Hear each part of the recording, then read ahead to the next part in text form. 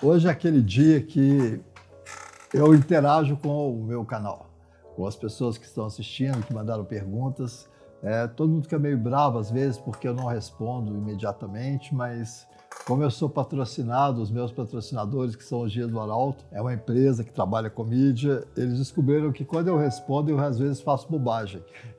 Então, porque eu não entendo muitas vezes o que está na hora de fazer. E a gente então decidiu que eu respondo as perguntas para a gente poder ter essa interação do canal, mas de tempos em tempos, tá certo? Mas podem continuar conversando com a gente.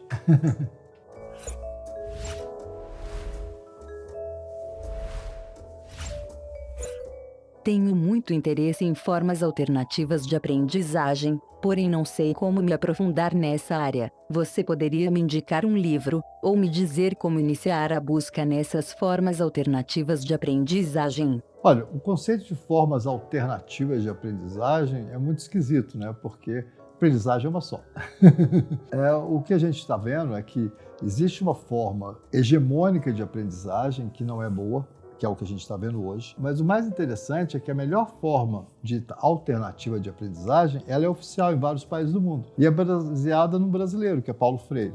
Então eu sugiro como literatura de formas alternativas de aprendizagem, estudar Paulo Freire e estudar Anísio Teixeira, que são dois grandes educadores brasileiros dos anos 60 e que no mundo inteiro até hoje eles são importantíssimos para se pensar uma forma nova de aprendizagem, né, que para eles não é mais tão nova, porque eles já vêm utilizando Paulo Freire há muito tempo, mas para o Brasil principalmente, sim, de uma certa forma, hoje a gente tem que reconstruir todo o trabalho de Paulo Freire, que é a ideia de construir os conceitos, a ideia de um aprendizado de acordo com a prática, das crianças trabalharem o seu dia a dia, né? Assim, tem um outro conceito também, mas aí tem uma questão quase que religiosa, que seriam as questões da antroposofia, né? Assim, das escolas específicas, né, dessa região, e que também tem uma forma interessante, que é construir de acordo com o tempo de cada sujeito. Mas Paulo Freire se adapta a isso fantasticamente, a gente pode pensar nele claramente, e as nossas escolas estão precisando reestudar Paulo Freire de uma certa forma. Eu acho que Paulo Freire falou uma coisa muito importante, que eu acho que é a base do ensino,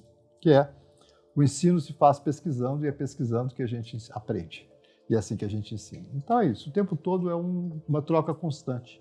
E isso a gente vê muito quando você trabalha com os professores das escolas públicas, o tempo todo como que eles estão tentando encontrar saídas para aquele grupo que sofre tanto no aprendizado oficial, né? Esse aprendizado seriado, que não tem mais cabimento, que a gente faz aqui ainda, que não respeita as faixas etárias, que tem um padrão específico e não preocupa exatamente com os padrões cognitivos de aprendizado, com a forma de se guardar as coisas, com a forma de que com a mão você aprende muitas vezes, que com o corpo você aprende muito, que eu acho que é uma coisa importantíssima para a gente pensar em como o corpo também aprende e ajuda a gente a guardar melhor as coisas. Essa coisa de alternativo fica parecendo meio aquelas escolas hippies que não deram muito certo. A questão é o seguinte, existe uma forma de se pensar em educação e ela é baseada num grande educador para o mundo inteiro, que é Paulo Freire, e que saiu do Brasil.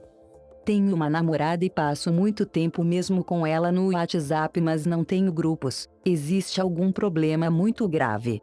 Olha, essas formas de namorar por WhatsApp, elas perdem a questão da linguagem. Uma coisa é você falar olhando, falar gesticulando. Essa linguagem, 70% da nossa linguagem estão nas nossas expressões, não estão no texto. É por isso que quem tem boca vai a Roma, é um velho ditado, porque à medida que você faz os gestos, que você se comunica, você também consegue transmitir uma série de sinais, que são fundamentais na linguagem. E você perde isso no WhatsApp. O grande problema do WhatsApp com namoros, o que eu vejo, principalmente na prática clínica, é que as pessoas ficam se vigiando pelo WhatsApp e uma controlando a outra no WhatsApp e muitas vezes passando da hora de dormir porque estão no WhatsApp. Eu acho que esse é um grande problema porque a vida suas vai ficar muito pior. E a chance de que se vocês passarem várias horas durante a noite no WhatsApp conversando é que no dia seguinte vocês estão mais deprimidos e podem começar a ter mais ciúme, mais ideias ruins. E aí a sequência é muito ruim, muito trágica. Se eu dormir mais cedo, tenho mais chance de crescer. A hora de dormir é fundamental para o crescimento, ok? Crianças que dormem depois, são 3 horas depois que escureceu. Se você está dormindo, seu crescimento vai ser muito melhor. As crianças brasileiras dormem muito tarde e para dormir usam luz azul, que também atrapalha a quantidade de sono e a qualidade do sono. Então, o importante é 2 horas, escureceu, mais 1 hora de tela, e depois disso nada de tela e se preparar para dormir. Aí você vai ter o seu melhor crescimento, o seu melhor rendimento e o seu melhor corpo ao longo da sua vida. Se você passa desse horário, você perde uma série de coisas para o resto da sua vida. Eu tenho uma brincadeira que eu faço, e que é real, de uma certa forma, é que a última brasileira alta e sem celulite é a Gisele Bündchen. Porque a Gisele dormia às 8 horas da noite lá no Rio Grande do Sul. O pai dela colocava todas as filhas para dormir cedo. Todas são altas, lindas, né, assim, sem celulite. O que é que acontece? Você passou do horário de dormir, você cresce menos, você tem alterações metabólicas, você acumula gordura, você perde inteligência, você perde rendimento escolar. Então, a hora de dormir para as crianças é fundamental. Provavelmente quem está me perguntando é um cara que joga. Não jogue à noite. Por favor, lembre seus amigos para jogar de dia, se for o caso. E com a pandemia, muito cuidado, que tem gente usando muito mais tela porque está de pandemia, e não é verdade. A gente tem que regular a tela também na pandemia, porque ela é o que vai levar a gente a não suportar a pandemia. Né? Ela é uma faca de 2 gumes, ela nos ajuda a ter contato social, mas ela em excesso também faz com que a gente não suporte o que a gente está vivendo e que nós vamos viver por mais um tempo. Se possível, poderia fazer um vídeo com dicas de como lidar com as crianças autistas nesse período. As mães de crianças autistas, na hora que tem esse diagnóstico, elas já começam a sofrer, porque o diagnóstico de autismo, muitas vezes, é falar para uma mãe que o filho dela é impossível. E nenhuma criança é impossível e a mãe sabe disso. Então ela começa a lutar da melhor forma possível e a gente dá para ela uma série de instrumentos que são importantes para estimulação precoce, uma série de coisas, para ajudar ao longo da vida desse sujeito que tem um diagnóstico de autismo precoce. O diagnóstico de autismo precoce não é uma desgraça. O diagnóstico de autismo precoce é a solução, mas uma solução humana. Então o que quer dizer isso? Os pais humanos criam soluções para os seus filhos. É lógico que se tiver recurso de uma TO, de uma fono, do grupo social, de uma escola, é ótimo, mas não tem.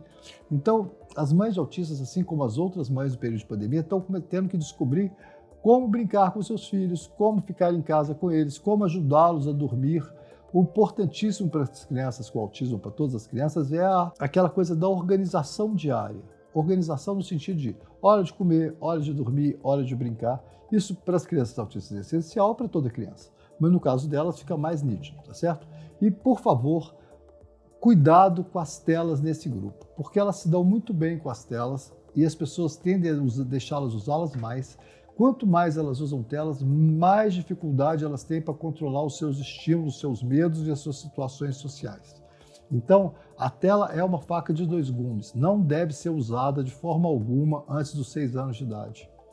Eu tenho sido muito claro nisso aqui no canal, quanto menos tela para as crianças, melhor, elas vão desenvolver melhor, elas vão organizar o corpo melhor, elas vão organizar seus desejos melhor e as frustrações também. Agora na pandemia, o que tem me parecido de mãe desesperada, que os filhos são bipolares, que os filhos têm uma doença mental grave, e na verdade não tem nada, o que a criança tem é não suportar nenhuma privação, porque ela passa 3 a 4 horas não tendo privação, porque ela está numa tela onde ela controla tudo.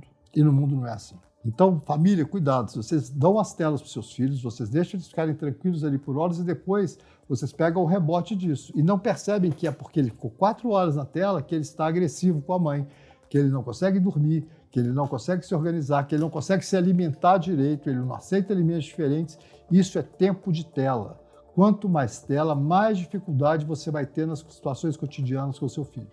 Então, assim, eu tenho falado isso claramente aqui, é importantíssimo, quanto menos tempo de tela, inclusive na pandemia, já que a escola está na tela, os colegas estão na tela, usar o mínimo possível, nunca à noite. Isso é fundamental para a gente criar crianças mais saudáveis e ter menos atritos com seus filhos e sofrer menos com isso, porque o que eu tenho de mãe sofrendo por causa disso, porque ela está vendo os filhos dentro de casa, os filhos estão agressivos, os filhos estão explosivos, e é tristíssimo isso. O que eu tenho de pacientes que têm me aparecido no consultório tomando remédios inadequados para aquelas crianças, né? Existem remédios adequados e inadequados, né? Remédios que engordam, remédios que deixam elas mais empobrecidas, e que são remédios exatamente usados para conter uma violência que não é delas.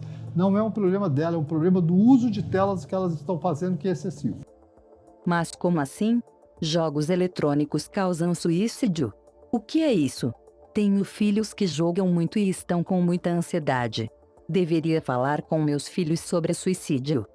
Gente, a ideia desse canal é uma ideia de apresentar dados científicos para as pessoas poderem balizar as suas decisões no dia a dia. Então, eu não estou aqui para fazer alarde de nada, falar mentira. O que eu tenho baseado é basicamente em evidências científicas dos estudos feitos pelo mundo inteiro sobre a mídia digital e o efeito dela no desenvolvimento de jovens, crianças e adolescentes. Jogos não causam suicídio. Ponto. Baleia azul, agora fantasma não sei o quê, palhaço não sei o quê, isso é bullshit, isso é bobagem. O que quer dizer é o seguinte: o uso excessivo de telas no período noturno faz com que a pessoa tenha pensamentos suicidas. O uso de tela excessivo faz com que a pessoa fique mais impulsiva. O uso de telas excessivo, quando eu falo excessivo, é mais de 3 horas ao dia e depois de 9 horas da noite, ok?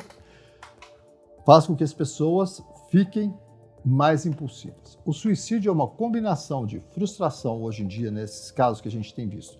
Frustração, incapacidade de lidar com pequenas frustrações, pensamentos suicidas recorrentes que já estão presentes, e aí uma coisa se ajunta com a outra, e mais impulsividade. Então são 3 fatores que os jogos ajudam que esses jovens tenham, certo?